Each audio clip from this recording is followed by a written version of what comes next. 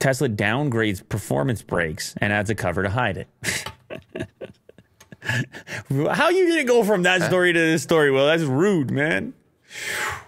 This guy goes from there to there. Well, I don't know if this is like a hit piece or something, because maybe they're better brakes in a way. Or maybe just more efficient because... No, I already said, dude, on the Plaid, those brakes are not sufficient, which is the reason I need the regen to be aggressive. But this one's due to size.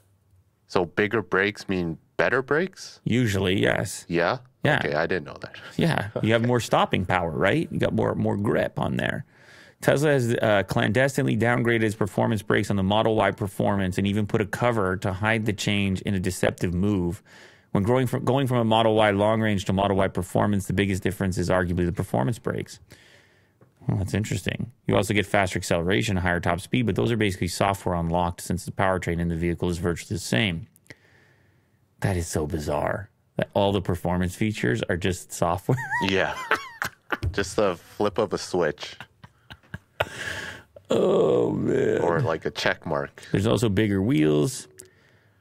The bigger Brembo brakes are arguably the most significant upgrade for the money to move up to the top performance version. However, we now learn that Tesla's downgraded the brakes and has done it in a very sneaky and deceiving way. The company was working on some customers' Model Y and some of their own Model Y vehicles and discovered the downgrade.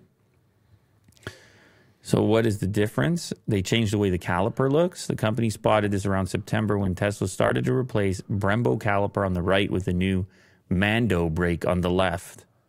Wow. So it's significantly smaller, apparently. Performance upgrade on the Model Y, 2 millimeter thicker rotor with an additional venting feature. Huh. Yeah. Well, listen, nobody likes a downgrade. And you wonder, you question as to why. I presume it's related to costs.